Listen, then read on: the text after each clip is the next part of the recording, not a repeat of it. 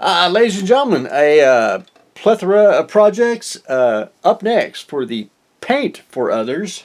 We're going to be painting the girl from Two Lane Blacktop. Now, a while back, I did the basically two guys main cast in the movie, and now we get to do the female, which she looks something like that. So, anyway, we'll get her painted up very shortly.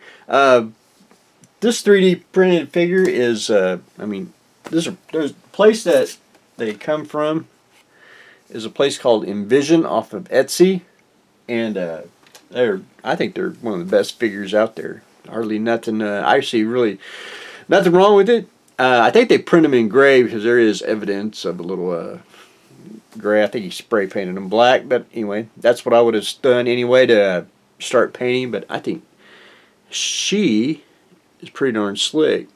Detail on it. But anyway. And it's also in 1/18 scale, which is 3 3/4 G.I. Joe size, Star Wars size, if you want to know the scale. But anyway, that's on deck next.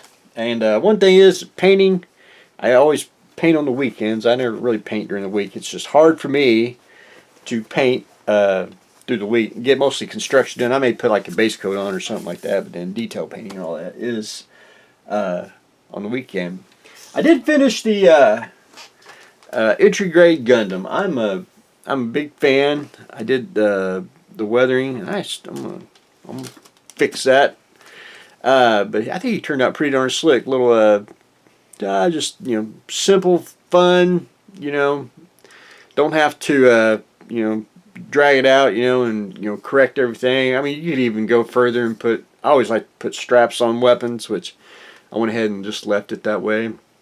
Very little minute chipping, and you can do chipping through sponge, which that's cool in some spots that you really need. I like to take and you will see it.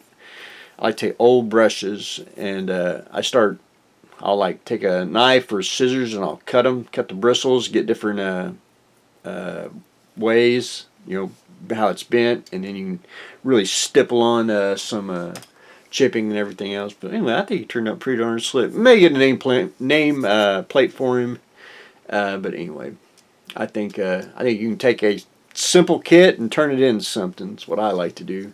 So I'm gonna get him off the workbench. We'll take him to the hobby store, and hopefully that will inspire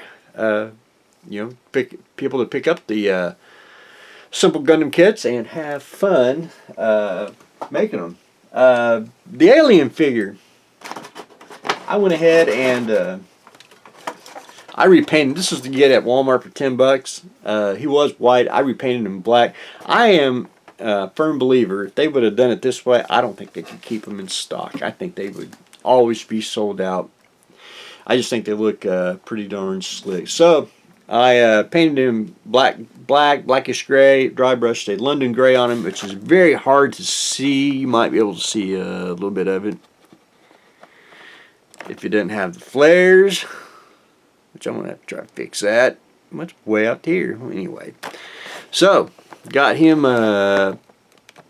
painted, and I put him back in the box. And if someone ever comes over and sees, where'd you get a black one? Well, didn't you get one? I mean, I just like to do stuff like that. The face hugger, all I did was just put a little wash on him and dry brushed him a little bit just to make him stand out a little more. And I did the same thing with the egg. I just put basically a flesh red wash and a green wash on the egg. Very little dry brushing. Very subtle. But anyway, I think that was fun. If you ever just need to, modeling gets a little stale sometimes, and sometimes if you just repaint like a figure and everything, it just, I want to say, lifts your spirits, and it's just fun, making a little custom figure. But anyway, Alien's done. I'm going to put him up, put him back in the box, and not this one. That's the Berserker Predator. I may, I got me another, which one is it?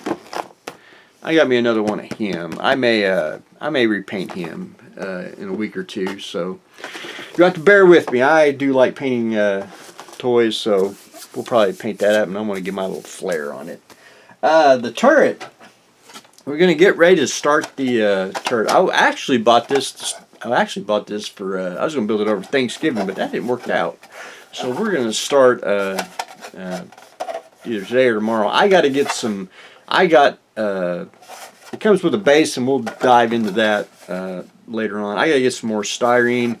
What I want to do is, I don't want to do I really don't want to do a Yamato turret or the Musashi turret. Basically, World War II. I want to do Star Blazers. I think very little modification, and I can make a Star Blazer turret, and that way mine would be different from everyone else's. And I may do that. I haven't quite pulled the trigger on it yet, but I'll see if I want to decide. But I can do the assembly and everything, because we're going to take Mr. Servo here, and we're going to bolt it on like that, and then he'll be able to turn. But I got to go back to the hobby store, because this and the receiver is not jiving, so we got to figure out how to get that, because it worked before I left, but after I left it didn't work. And that's the story of anything with electronics anyway. So we're going to do a little planning here. I got to decide what I want to do, if I want to do Star Blazers or do or do World War II. But anyway, got planning. We're going to get that on, get some little screws in there, and this should have enough torque and everything, hold the weight, and be able to turn it. And that's all it's going to do, is go from basically side to side and all the way around if you want to do it. But anyway, I thought that would look cool. Just a little motor, something motor, and a pretty big kit. And it's a big kit. I mean, it is cool if you ever see one. I highly recommend getting a turret. And you technically need 3, so you can make all 3. But anyway, that's just me. Anyway, that's what I got going on today. I finished up Mr. Alien. We finished up the Intrograde Gundam, getting ready to start the turret, and we're getting ready to paint the 2-lane blacktop chick. So that's what I got going on today. Stay tuned for next exciting episode.